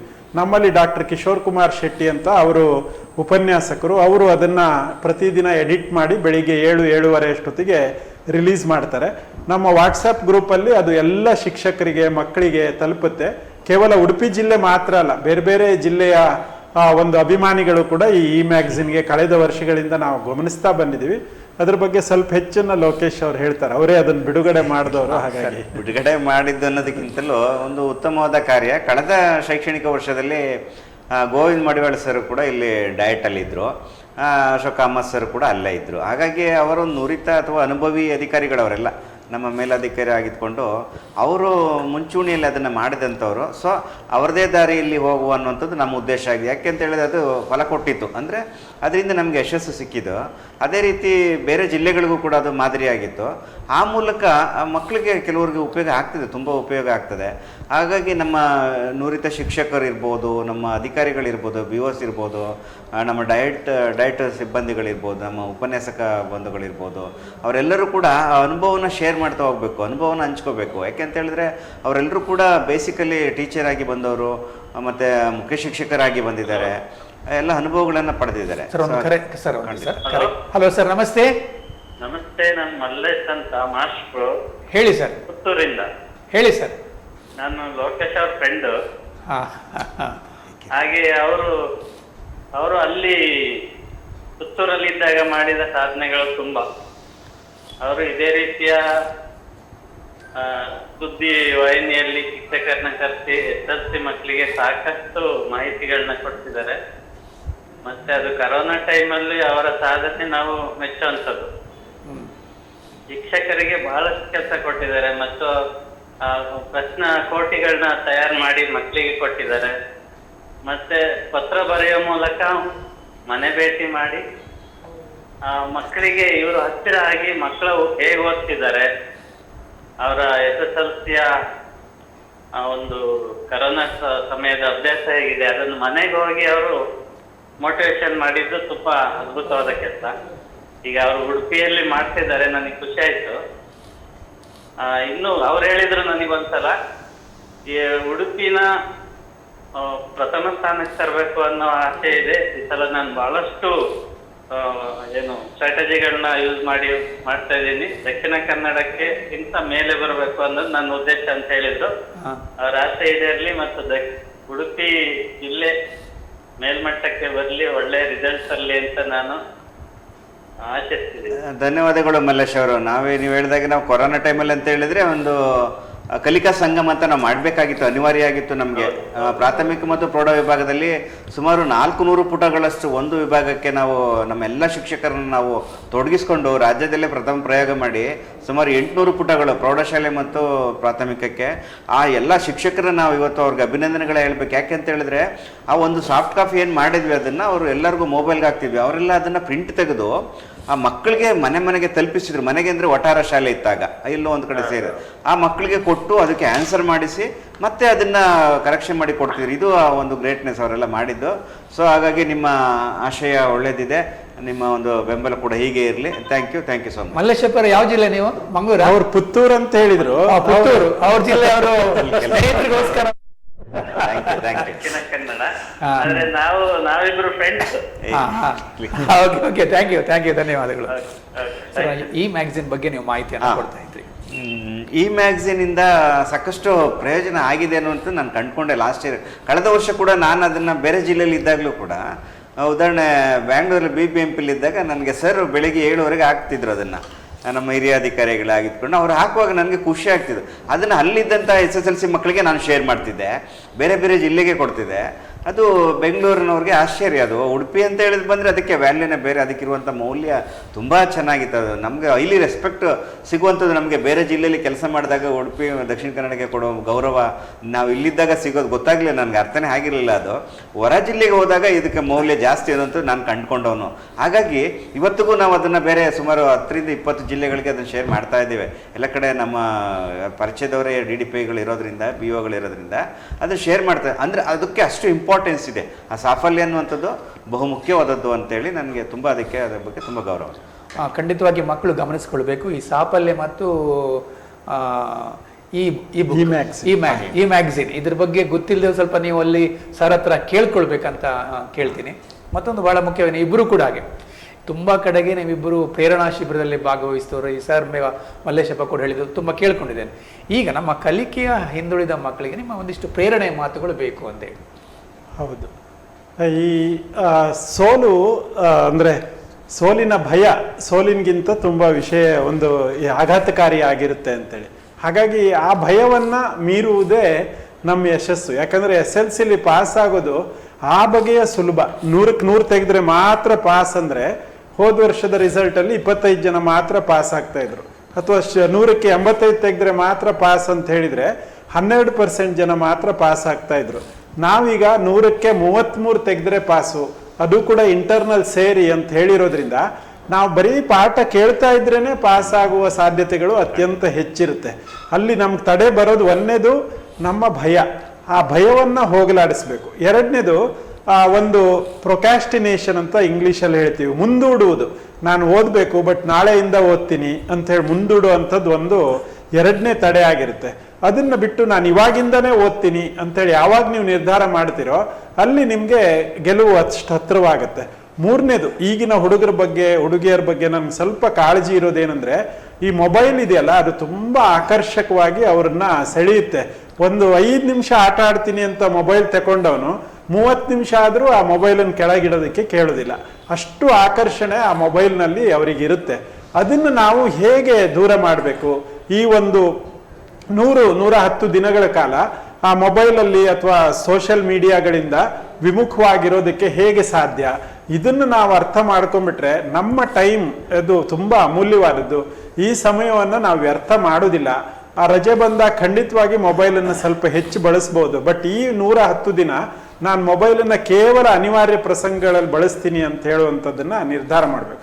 ಮತ್ತೊಂದು ಕಡೆಯದಾಗಿ ಶಿಕ್ಷಕರ ಜೊತೆ ಮತ್ತು ಪೋಷಕರ ಜೊತೆ ಒಂದು ಸಂಬಂಧ, ಪ್ರತಿದಿನ ಅವ್ರ ಜೊತೆ ಹೇಳ್ಕೊಳ್ಬೇಕು, ನಾನೇನು ಓದ್ತಾ ಇದ್ದೀನಿ, ಹೇಗೆ ಓದ್ತೀನಿ ಅಂತೇಳಿ. ಅದು ಅವರಿಗೂ ಕೂಡ ಒಂದು ನಿಮ್ಮ ಬಗ್ಗೆ ಅಭಿಮಾನ ಬರುತ್ತೆ. ಅವರು ಪ್ರೋತ್ಸಾಹದ ಮಾತುಗಳನ್ನು ಹೇಳ್ತಾರೆ. ಹೀಗೆ ನಿಮ್ಮ ಪ್ರೇರಣೆಯ ಮಟ್ಟ ಎಷ್ಟೆಷ್ಟು ಏರುತ್ತೋ ನಿಮ್ಮ ಅಂಕಗಳ ಗಳಿಕೆಯ ಸಾಧ್ಯತೆಗಳು ಕೂಡ ಅಷ್ಟು ವಿಸ್ತಾರವಾಗ್ತಾ ಹೋಗುತ್ತೆ ಅಂತೇಳಿ ನನಗನ್ಸುತ್ತೆ. ಇದಕ್ಕೆ ಪೂರಕವಾಗಿ ಕೆಲವು ಅಂಶಗಳನ್ನ ಹೇಳಕ್ಕೆ ಇಷ್ಟಪಡ್ತೇನೆ. ಶಿಕ್ಷಕರು ಏನು ಮಾರ್ಗದರ್ಶನ ಕೊಡ್ತಾರೆ ತರಗತಿಯಲ್ಲಿ, ದಯವಿಟ್ಟು ಅದನ್ನು ನೀವು ಚಾಚು ತಪ್ಪದೆ ಪಾಲಿಸಬೇಕು. ಅದೇ ರೀತಿ ಮನೆಯಲ್ಲಿ ಕೂಡ ಪೋಷಕರಿಗೆ ಒಂದು ಕಿವಿ ಮಾತು. ಈಗಂತ ಅವ್ರು ಸಾಮಾನ್ಯವಾಗಿ ನೋಡ್ತಿರ್ತೀರ ಈ ಕಾರ್ಯಕ್ರಮವನ್ನು. ಪೋಷಕರಿಗೆ ಹೆಚ್ಚಿನ ಜವಾಬ್ದಾರಿ ಇದೆ. ಮಕ್ಕಳನ್ನ ಕೇರ್ಲೆಸ್ ಮಾಡಬೇಡಿ. ಅವರೆಲ್ಲೋ ಒಂದು ಕಡೆ ಓದ್ಕೋತಾರೆ ಅಂತೇಳಿ ಬಿಡುವಂಥದ್ದು ಅಥವಾ ನಂಬಿಕೆ ಇಟ್ಕೊಂಡು ಬಿಡುವಂಥದ್ದಲ್ಲ. ಮಕ್ಕಳು ಈಗಾಗಲೇ ನಾವು ಹೇಳಿದ್ದೇವೆ, ರಾತ್ರಿ 3 ಸಬ್ಜೆಕ್ಟು ಬೆಳಿಗ್ಗೆ 3 ಸಬ್ಜೆಕ್ಟ್ ಓದಬೇಕಂತ ಹೇಳುವಾಗ ಸುಮಾರು 10ರಿಂದ 11 ಗಂಟೆವರೆಗೂ ಸಮಯ ತಗೋತದೆ. ಹಾಗಾಗಿ ನೀವೇನು ಮಾಡಬೇಕು, ಮಕ್ಕಳ ಜೊತೆಯಲ್ಲೇ ಕೂತ್ಕೋಬೇಕು. ನೀವು ದಯವಿಟ್ಟು ಎಲ್ಲರೂ ಟಿ ವಿಗಳನ್ನು ಇವತ್ತಿಂದನೇ ಬಂದ್ ಮಾಡಿಬಿಡಿ. ನೀವು ಧಾರಾವಾಹಿ ನೋಡುವಂಥದ್ದು ಅದು ಇದೆಲ್ಲ ಬೇಡ. ಮಕ್ಕಳ ಜೊತೆಲಿ ಕೂತ್ಕೊಳ್ಳಿ. ಅದ್ರ ಬದಲು ಸಮಯನ ಮಕ್ಕಳಿಗೆ ಕೊಡಿ. ಇನ್ನೊಂದು ವಿಷಯ ನಾನು ಗಮನಿಸಿದ, ಶಾಲೆ ಭೇಟಿ ಕೊಟ್ಟಾಗ ಕೆಲವು ಶಾಲೆಯಲ್ಲಿ ಪೋಷಕರ ಸಭೆ ಮಾಡ್ತಿರ್ತಾರೆ. ಆ ಪೋಷಕರ ಸಭೆಯಲ್ಲಿ ಅಮ್ಮಂದಿರು ಮಾತ್ರ ಬರ್ತಾ ಇದ್ದಾರೆ. ಇದು ನನಗೆ ಅಷ್ಟು ಸೂಕ್ತ ಅನ್ನಿಸ್ತಿಲ್ಲ, ಸರಿ ಅನ್ನಿಸ್ತಿಲ್ಲ. ಯಾಕೆ ಅಂತ ಹೇಳಿದ್ರೆ ಅಪ್ಪಂದಿರು ಒಮ್ಮೆ ಬರಬೇಕು. ಅಪ್ಪಂದಿರು ನಾನು ಹೇಳಿದೆ ನಮ್ಮ ಎಚ್ ಎಮ್ಗಳಿಗೆ, ಒಂದು ದಿನ ಎಚ್ ಎಮ್ ಅಲ್ಲಿ ನಮ್ಮ ಅಪ್ಪಂದಿರದೇ ಒಂದು ಸಭೆ ಮಾಡಿ, ಇನ್ನೊಮ್ಮೆ ಅಮ್ಮಂದಿರದ ಒಂದು ಸಭೆ ಮಾಡಿ. ಆ ನಂತರ ಅಪ್ಪ ಅಮ್ಮ ಇಬ್ಬರನ್ನೂ ಕರೆಸ್ಕೊಳ್ಳಿ. ಆ ಜೊತೆಯಲ್ಲಿ ಇಬ್ಬರು ಮಧ್ಯದಲ್ಲಿ ಮಗುವನ್ನು ಕೂರಿಸ್ಬಿಟ್ಟು ಆ ಪ್ರೋಗ್ರೆಸ್ ಕಾರ್ಡ್ ಅಂತ ಏನು ಹೇಳ್ತೀವಿ, ಪ್ರಗತಿ ಪತ್ರ ಕೊಟ್ಟು ಇಬ್ಬರು ಒಟ್ಟಿಗೆ ನೋಡಬೇಕು. ಯಾಕೆ ಅಂತ ಹೇಳಿದ್ರೆ ಇಲ್ಲಿ ಪೋಷಕರ ಸಭೆಯಲ್ಲಿ ಆದಂಥ ನಡವಳಿ ಆಗಲಿ, ಇಲ್ಲಿ ಚರ್ಚೆ ಆಗಲಿ, ವಿಷಯಗಳನ್ನು ಅಮ್ಮ ಹೋಗಿ ಅಪ್ಪನಲ್ಲಿ 100% ಹೇಳೋದೇ ಇಲ್ಲ ಅಂತ ನನ್ನ ಅಭಿಪ್ರಾಯ. ತಪ್ಪೇನೋ ಗೊತ್ತಿಲ್ಲ. ಅದೇ ರೀತಿ ಅಮ್ಮ ಹೇಳಿಲ್ಲ ಅಂದಮೇಲೆ ಅಪ್ಪ ಹೇಳ್ತಾರೆ ಅಂದರೆ ಅದ್ರ ಮೇಲೂ ನಂಬಿಕೆ ಇಲ್ಲ ನನಗೆ. ಸೊ ಹಾಗಾಗಿ ಇವು ನಮ್ಮ ಅನುಭವದಲ್ಲಿ ಹೇಳ್ತೀರ, ತಪ್ಪಾಗಿ ಭಾವಿಸ್ಬಿಟ್ಟು ದಯವಿಟ್ಟು ಯಾರು ಪೋಷಕರು. ಹಾಗೆ ಇಬ್ಬರು ಶೇರಿಂಗ್ ಮಾಡಬೇಕು. ಇಬ್ಬರದ್ದು ಪಾತ್ರ ಇದೆ. ಒಂದು ದಿನದ, ಈಗ ಸಾಮಾನ್ಯವಾಗಿ ಬಡ ಮಕ್ಕಳಿದ್ದಾರೆ, ಕೂಲಿ ಮಾಡ್ತೀರ ಅಪ್ಪ ಅಮ್ಮಂದಿರು ಕೆಲವರು, ಅದೇ ಜೀವನ. ಹೌದು, ಅದರಿಂದನೇ ಜೀವನ ನಿಮಗೆ. ಆದರೆ ಒಂದು ದಿನದ ಕೂಲಿ ತಪ್ಪಿಸಿದ್ರಿಂದ ಏನು ಮಕ್ಕಳ ಭವಿಷ್ಯಕ್ಕೋಸ್ಕರ ತಪ್ಪಿಸ್ತಾ ಇದ್ದೀರಾ, ಅದು ನೀವು ಮಕ್ಕಳ ಬಗ್ಗೆ ಇರೋ ಕಾಳಜಿ ಅಂತ ಗೊತ್ತಾಗ್ತದೆ. ನೀವು ಶಾಲೆಯಲ್ಲಿ ಮಕ್ಕಳ ಜೊತೆಯಲ್ಲಿ ಬರೆದಿದ್ರೆ ಮಕ್ಕಳು ಕೂಡ ಬೇಜವಾಬ್ದಾರಿ ಆಗ್ತಾರೆ. ನಮ್ಮಲ್ಲಿ ಕೇಳೋರು ಯಾರಿಲ್ಲ, ಅಪ್ಪ ಅಮ್ಮನಿಗೆ ಜವಾಬ್ದಾರಿ ಇಲ್ಲ ನಮ್ಮ ಮಕ್ಕಳ ಬಗ್ಗೆ, ನಮ್ಮ ಬಗ್ಗೆ ಏನು ಪ್ರಗತಿ ಆಗಿದೆ, ನನ್ನ ಕಲಿಕೆಯಲ್ಲಿ ಏನಾಗಿದೆ, ಪೇಪರ್ ತಿದ್ದಿದ್ದಾರೆ ಟೀಚರು, ಅದು ನೋಡಿದ್ದಾರೆ, ಮಾರ್ಕ್ ಕೊಟ್ಟಿದ್ದಾರೆ, ಮಾರ್ಕ್ ಕೊಟ್ಟಿದ್ದು ಸರಿ ಇದೆಯಾ ತಪ್ಪಿದೆಯೇ, ಇದೆಲ್ಲವನ್ನು ಗಮನಿಸ್ತಾ ಇಲ್ವಲ್ಲ ಅನ್ನುವಂಥದ್ದು ಮಕ್ಕಳಲ್ಲೂ ಕೂಡ ಕೊರಗು ಆತಂಕ ಬರ್ತದೆ. ಅಲ್ಲಿ ನಾವು ವಿಶ್ವಾಸ ಕಳ್ಕೊಬಿಡ್ತೇವೆ ಮಕ್ಕಳ ಹತ್ರ. ಸೊ ಆ ದೃಷ್ಟಿಯಿಂದ ಮೊಬೈಲ್ ಫೋನ್ ಈಗಾಗಲೇ ಸರಿ ಹೇಳಿದಾಗ ಅವಾಯ್ಡ್ ಮಾಡಿ, ಮತ್ತು ಮಕ್ಕಳ ಜೊತೆಯಲ್ಲಿ ಕೂತ್ಕೊಳ್ಳಿ. ಬೆಳಿಗ್ಗೆ 5 ಗಂಟೆಗೆ ಎಬ್ಬಿಸಿ ಓದಿಸಿ, ರಾತ್ರಿವರೆಗೂ ಓದಿಸಿ. ಮುಂದಿನ ದಿನಗಳಲ್ಲಿ ನಾವೆಲ್ಲರೂ ಮನೆ ಭೇಟಿಗೆ ಕೂಡ ಬರ್ತಾಯಿದ್ವಿ, ಬೆಳಿಗ್ಗೆ 5 ಗಂಟೆಗೆ ಮತ್ತು ರಾತ್ರಿ 8-9 ಗಂಟೆವರೆಗೂ. ನೀವೆಲ್ಲರೂ ಕೂಡ ನಿಮ್ಮದು ಸಹಕಾರ ಇರಲಿ ಅನ್ನುವಂಥದ್ದು. ಮತ್ತು ಮಕ್ಕಳಲ್ಲಿ ನಾನು ಕೇಳ್ಕೊಳ್ಳೋದು, ಮಕ್ಕಳು ಯಾವುದೇ ಕಾರಣಕ್ಕೂ ಆತಂಕ ಒತ್ತಡಕ್ಕೆ ಒಳಗಾಗಬೇಡಿ. ಮತ್ತು ಕೆಲವು ಉತ್ತರ ಕರ್ನಾಟಕದ ಮಕ್ಕಳೆಲ್ಲ ಊರಿಗೆ ಹೊರಟೋಗ್ಬಿಡ್ತೀರ, ಹೋದರೆ 15 ದಿನ, 1 ತಿಂಗಳು ಬರೋದಿಲ್ಲ ಅಂತೇಳಿ ನಮ್ಮ ಶಿಕ್ಷಕರು ತುಂಬ ಕಷ್ಟಪಡ್ತಾ ಇದ್ದಾರೆ. ತುಂಬ ಅವ್ರ ನೋವನ್ನು ಕೇಳಿದಾಗ ಬೇಸರ ಆಗ್ತದೆ. ದಯವಿಟ್ಟು ಹಾಗೆ ಮಾಡಬೇಡಿ. ಪೇರೆಂಟ್ಸಿಗೆ ಜವಾಬ್ದಾರಿ ಇರಲಿ. ಆ ಮಕ್ಕಳನ್ನ ಇನ್ನೊಂದು 100 ದಿನ ಭದ್ರವಾಗಿ ಸ್ವಲ್ಪ ಶಾಲೆಯಲ್ಲೇ ಉಳ್ಕೊಳ್ಳುವಾಗೆ ದಯವಿಟ್ಟು ನೀವು ಕೇರ್ ತೊಗೋಬೇಕು. ಮಗು ಒಂದು ದಿನವೂ ಶಾಲೆಗೆ ತಪ್ಪಿಸ್ದಾಗೆ ಬರಬೇಕು. ಯಾಕೆ ಅಂತ ಹೇಳಿದ್ರೆ ಒಂದೊಂದು ದಿನವೂ ಕೂಡ, ಒಂದೊಂದು ಪೀರಿಯಡು ಕೂಡ ನಮಗೆ ಇಂಪಾರ್ಟೆಂಟ್ ಆಗಿದೆ. ಆ ದೃಷ್ಟಿಯಲ್ಲಿ ಒಂದು ದಿನವೂ ಬರಬೇಡಿ. ಈಗ ಕನಿಷ್ಠ ಈಗಾಗಲೇ ನಾವು ಸರಿ ಹೇಳಿದಾಗೆ ಒಂದು ದಿನಕ್ಕೆ 1 ಅಂಕ ಅಂದರೂ 100 ದಿನಗಳಲ್ಲಿ 100 ಅಂಕ ಬಂದ್ಬಿಡ್ತದಲ್ಲ ನಿಮಗೆ. ಇದೊಂದು simple calculation. Hello hello hello, ಹಾಂ, ನಿಮ್ಮ ಹೆಸರು? ಹೌದು, ಶಿಕ್ಷಣ ಸೌರಭ. ಗಟ್ಟಿ ಮಾತಾಡಿ ಮೇಡಮ್. ಹೇಳಿ ಮೇಡಮ್. ಹೇಳ್ತಾ ದಯವಿಟ್ಟು ಪ್ರಶ್ನೆ ಕೇಳಿ. ಪ್ರಶ್ನೆ ಕೇಳಿ ಮೇಡಮ್. ಟಿವಿ ವಾಲ್ಯೂಮ್ ಮ್ಯೂಟ್ ಮಾಡಿ. ನಾ ಹೊರಗೆ ಬಂದಿದ್ದರು. ನನ್ನ ಮಗ 10ನೇ ಕ್ಲಾಸ್. ಅವನಿಗೆ ಓದಿದ್ರೆ ಅವನಿಗೆ ನೆನಪು ಉಳಿಯುವುದಿಲ್ಲ ಹೇಳ್ತಾನೆ. ಅದಕ್ಕೆ ನೀವೇನು ಮಾಡ್ಬೇಕು ಹೇಳಿದ್ರೆ, ಬರೆದು ಪ್ರಾಕ್ಟೀಸ್ ಮಾಡ್ಲಿಕ್ಕೆ ಹೇಳಿ. ಮತ್ತೆ ಮರವು ಬರಲಿಕ್ಕೆ ಒಂದು ಕಾರಣ, ಅವನಿಗೆ ಏನೋ ಟೆನ್ಷನ್ ಇರ್ಬೋದು, ಅಥವಾ ಅವನಿಗೆ ಕಾನ್ಸಂಟ್ರೇಷನ್ ಇಲ್ದಿರ್ಬೋದು.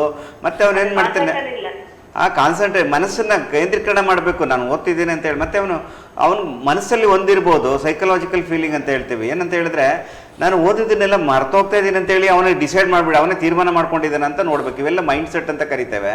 ಒಂದು ಬರೆದು ಪ್ರಾಕ್ಟೀಸ್ ಮಾಡ್ಲಿಕ್ಕೆ ಹೇಳಿ, ಮತ್ತು ಅದನ್ನು ಪದೇ ಓದ್ಲಿಕ್ಕೆ ಹೇಳಿ. ಅದನ್ನು ಮತ್ತೆ ಒಂದು ಚೀಟಿಯಲ್ಲಿ, ಸ್ಲಿಪ್ಪಲ್ಲಿ ಒಂದು ಬರೆದು ಬಿಟ್ಕೊಂಡಿರಲಿ. ಅದನ್ನ ಯಾವಾಗಲೂ ಅದನ್ನು ನೋಡ್ತಾ ಇರಲಿ. ಸಾಧ್ಯ ಸಣ್ಣ ಪ್ರಶ್ನೆಗಳಿದ್ರೆ ಅದನ್ನು ಬರೆದು ಗೋಡೆಯಲ್ಲಿ ಸ್ವಲ್ಪ ಅದನ್ನು ಅಂಟಿಸ್ಕೊಳ್ಳಿಕ್ಕೆ ಹೇಳಿ. ಪ್ರತಿದಿನ ಅದನ್ನು ನೋಡ್ತಾ ಇರಲಿ. ನೀವು ಸ್ವಲ್ಪ ಅದನ್ನು ಕ್ರಾಸ್ ಚೆಕ್ ಮಾಡಿ, ನೀವು ಸ್ವಲ್ಪ ಆ ಪ್ರಶ್ನೆಗಳನ್ನು ಕೇಳ್ತಾ ಇರಿ. ನಾವು ಹತ್ತಿರವೇ ಇರ್ತೇವೆ ಸರ್, ಹತ್ತಿರವೇ ಕುತ್ಕೊಂಡು ಓದಿಸ್ತಾ ಇರ್ತೇವೆ. ಮ್ಯಾಥ್ಸ್ ಮತ್ತೆ ಸೈನ್ಸ್ ಅಲ್ಲಿ ಮಾತ್ರ ಸ್ವಲ್ಪ ಹಿಂದೆ ಇದ್ದಾರೆ. ಅದು ಪ್ರಾಕ್ಟೀಸ್ ಆಗಬೇಕು. ಗಣಿತದಲ್ಲಿ ಸೂತ್ರಗಳು, ವಿಜ್ಞಾನದಲ್ಲಿ ಸೂತ್ರಗಳಿದೆ, ಮತ್ತೆ ಚಿತ್ರ ಬಿಡಿಸುವಂಥದ್ದು, ಇವೆಲ್ಲವೂ ಮಾಡಿದಾಗ ಅವ್ನಿಗೆ ಸ್ಕೋರ್ ಮಾಡ್ಲಿಕ್ಕೆ ಆಗ್ತದೆ. ಮತ್ತೆ ಸಣ್ಣ ಪ್ರಶ್ನೆಗಳಿಗೆ ನಿಮ್ಗೆ ನಿಜವಾಗಿ ನಿಮ್ಮ ಬಗ್ಗೆ ನಮಗೆ ಖುಷಿ ಆಗ್ತದೆ. ಯಾಕೆಂತ ಹೇಳಿದ್ರೆ ಅವನ ಜೊತೆಲೇ ಇದ್ದೀವಂತ ಹೇಳಿದ್ದು, ಅದು ಅವನು 100% ಸಕ್ಸಸ್ ಆದಾಗೇನೆ. ನೀವು ಜೊತೆಲಿದ್ದೀರ ಅಂತ ಹೇಳಿದ್ರೆ ಇದನ್ನೇ ಮಾರಲ್ ಸಪೋರ್ಟ್ ಅಂತ ಕರೆಯೋದು. ಆ ಮಗುಗೆ ಇನ್ನೊಂದಷ್ಟು ಆತ್ಮಸ್ಥೈರ್ಯ ಹೆಚ್ಚಾಗ್ತದೆ, ಆತ್ಮವಿಶ್ವಾಸ ಹೆಚ್ಚಾಗ್ತದೆ ನೀವು ಜೊತೆಲಿರೋದು. ಇದೇ ರೀತಿ ಮುಂದುವರಿಸಿ. ದಯವಿಟ್ಟು 100 ದಿನ ಇದೆ, 100 ದಿನ ನಾವು ಮಗು ಜೊತೆಲೇ ಎತ್ಕೊಂಡು ಅವನು ದೊಡ್ಡ ಸಾಧನೆ ಮಾಡಬೇಕು. ನಿಮ್ಮ ಒಂದು ಬೆಂಬಲ ತುಂಬಾ ಅಗತ್ಯ ಇದೆ. ಧನ್ಯವಾದ. ಖುಷಿ ಪಟ್ಟು ಓದಕ್ಕೆ ಹೇಳಿ. ಇವತ್ತಿಂದ ಓದಿನ ಜೊತೆಗೆ ಒಂದು ಖುಷಿ ಆಡ್ ಮಾಡ್ಲಿ, ಆಗ ಮರ್ತೋಗಲ್ಲ. ಅವನ ಡೇಟ್ ಆಫ್ ಬರ್ತ್ ಕೇಳಿದ್ರೆ ಅವನಿಗೆ ನೆನಪಿರುತ್ತೆ ನೋಡಿ. ನಾವು ಅವನ ಡೇಟ್ ಆಫ್ ಬರ್ತ್ ಕೇಳಲ್ಲ, ಗಾಂಧೀಜಿದು, ಅಂಬೇಡ್ಕರ್ದು ಕೇಳ್ತೀವಿ. ಅದನ್ನ ಖುಷಿಯಾಗಿ ಓದಿದ್ರೆ ಬೇರೆಲ್ಲ ನಾಲೆಜ್ ಉಂಟು. ಕರೆಕ್ಟ್ ಆಗುತ್ತಮ್ಮ. ಧೈರ್ಯ ಕೊಡಿ, ನಮ್ಮ ಧೈರ್ಯ ಮತ್ತು ನಮ್ಮ ಒಂದು ಪ್ರೇರಣೆ ಕೂಡ ಅವ್ರ ಜೊತೆ. ಮತ್ತೆ ಮುಂದಿನ ದಿನಗಳಲ್ಲಿ ಸಬ್ಜೆಕ್ಟ್ ಟೀಚರ್ಸ್ ಬರ್ತಾ ಇದ್ದಾರೆ, ಮ್ಯಾಥ್ಸ್ ಸೈನ್ಸ್ ಅವರು ಬರ್ತಾ ಇದ್ದಾರೆ, ಎಕ್ಸ್ಪರ್ಟ್ ಟೀಚರ್ಸ್ ಇದ್ದಾರೆ. ಮತ್ತೊಂದು ಎಂತ ಗೊತ್ತುಂಟ ಸರ್, ಈಗ ಓದಿ ಎಲ್ಲ ಹೋಗ್ತಾನೆ, ಅಲ್ಲಿ ಪರೀಕ್ಷೆಗೆ ಎಕ್ಸಾಮ್ಗೆ ಬರೆಯುವಾಗ ನನ್ಗೆ ಒಂಥರ ಗಡಗಡ ಆಗ್ತದಂತೆ. ಖಂಡಿತವಾಗಿ ಮೇಡಮ್, ಬರುವ ದಿನಗಳಲ್ಲಿ ವೈದ್ಯರು ಬರ್ತಾರೆ, ಇದು ಮನಸ್ಸಿಗೆ ಹೆಚ್ಚು ಪುಷ್ಟಿ ಕೊಡ್ಲಿಕ್ಕೆ, ನೆನಪನ್ನು ಹೆಚ್ಚಿಸಿಕೊಳ್ಳುವ ಬಗ್ಗೆ ವೈದ್ಯರು ಬರ್ತಾರೆ. ಭಯ ಅನ್ನೋದನ್ನ ಹೋಗ್ಲಾಡ್ಸ್ಕೋಬೇಕು. ಭಯ ಇದ್ರೆ ನಾವು ಸಕ್ಸಸ್ ಆಗ್ಲಿಕ್ಕೆ ಸಾಧ್ಯ ಇಲ್ಲ. ಅದೇ ನೀವ್ ಹೇಳಿದ್ರಿ, ನಿಮ್ಮಲ್ಲಿ ನೋಡಿ ಉತ್ತರ ನಿಮ್ಮಲ್ಲೇ ಇದೆ. ಅವ್ನು ಮರ್ತೋಗ್ತಾನೆ ಅಂತ ಹೇಳಿದಕ್ಕೆ ಕಾರಣ ಇದೇನೆ. ಏನಂತ ಹೇಳಿದ್ರೆ ಪರೀಕ್ಷೆ ಅವ್ನ ಬಗ್ಗೆ ಭಯ ಇದೆ, ಗಡಗಡ ಅಂತ ಹೇಳಿದ್ರಲ್ಲ, ನಡಕ್ತಾನೆ ಅಂತ ಹೇಳಿ. ಇದೇ ಕಾರಣ ಮರ್ತೋಗ್ಲಿಕ್ಕೆ ಕಾರಣ. ಆ ಭಯ ಬಿಡಿಸಿ ಮೊದಲು ಪರೀಕ್ಷಾ ಜ್ವರ ಅನ್ನೋದು ಬರಬಾರ್ದು. ಧೈರ್ಯ ಇರ್ಲಿ, ನಾನು ಗೆಲ್ಲಬಲ್ಲೆ, ನಾನು ಬರಿತೇನೆ, ನಾನು ಸಕ್ಸಸ್ ಆಗ್ತೇನೆ ಅನ್ನುವಂಥ ಆತ್ಮವಿಶ್ವಾಸವನ್ನ ಆ ಮಗುವಿನ ತುಂಬಿಸಿ ಭಯ ಅನ್ನೋದನ್ನ ಹೋಗ್ಲಾಡ್ಸಿ. ಹೇಳ್ತಾ ಇರ್ತೇವೆ ಅವನಿಗೆ, ತುಂಬಾ ಒಳ್ಳೆ ಕೆಲಸ, ಅದು ಬೇಕು ಮೇಡಮ್. ತುಂಬಾ ಧನ್ಯವಾದಗಳು. ನೀವು ಅಷ್ಟು ಮಕ್ಕಳ ಬಗ್ಗೆ ಕಾಳಜಿ ವಹಿಸ್ಕೊಂಡಿದ್ರೆ, ಎಲ್ರಿಗೂ ನೀವು ಆದರ್ಶವಾಗಿದ್ದೀರಾ ಪೇರೆಂಟ್ಸ್ ನೀವು. Thank you. ಥ್ಯಾಂಕ್ಸ್. ಕರೆ ಮಾಡಿದ ಧನ್ಯವಾದಗಳು ಸರ್. ಮುಖ್ಯವಾಗಿ ಇವತ್ತು ಸಾಕಷ್ಟು ನಮಗೆ ಮಾಹಿತಿ ಸಿಕ್ಕಿವೆ. ಗೊಂದಲ ಇರ್ಬೋದು ಮಕ್ಕಳು, ಅದಕ್ಕೆ ಕೂಡ ಪರಿಹಾರ ಸಿಕ್ಕಿದೆ.